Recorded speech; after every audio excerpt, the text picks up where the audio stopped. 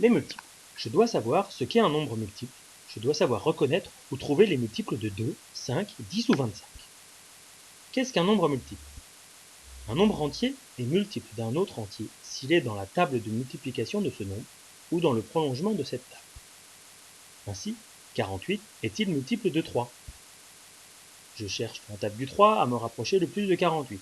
Je sais déjà 3 fois 10 et je vais continuer pour me rapprocher de 48. 3 fois 11, 33, 3 fois 12, 36, 3 fois 15, 45, 3 fois 16, 48.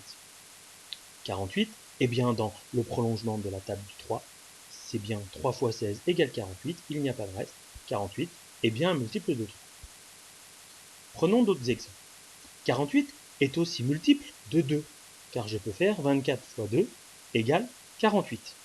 Ainsi, il y a plusieurs fois 2 pour arriver à 48, il est bien dans le prolongement de la table du 2, c'est bien un multiple de 2.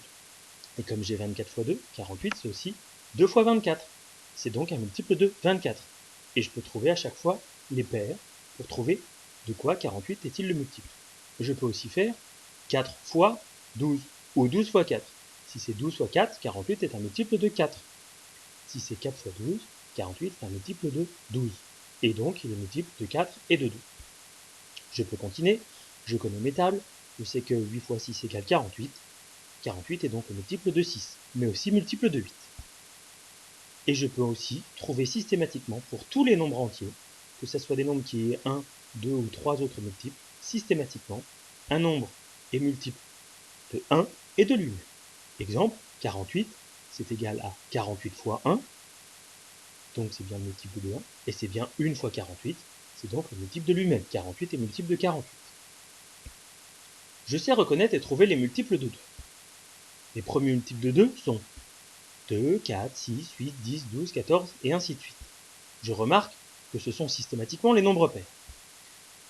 Donc les multiples de 2, ce sont les nombres pairs, c'est-à-dire ceux qui finissent par 0, 2, 4, 6 ou 8. Je sais reconnaître et trouver les multiples de 5.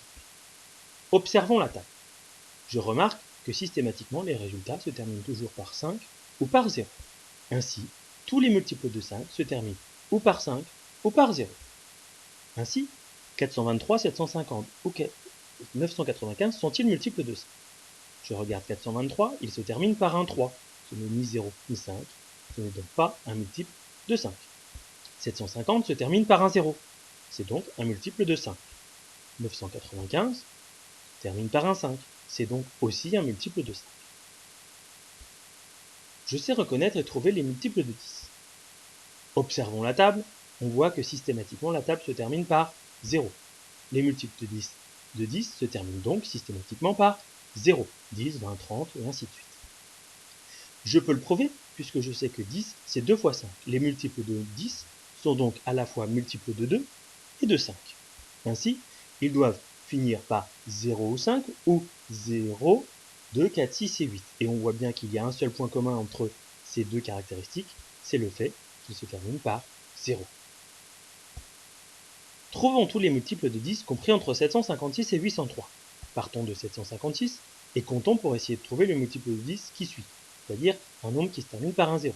757, 758, 759, 760, c'est le premier. Et ensuite, comme dans la table, je peux aller de 10 en 10. 770, 780, 790, 800, et je peux continuer. Attention, si je dois m'arrêter à 803, je n'irai pas plus loin et je ne mettrai pas 810. Je sais trouver les multiples de 20.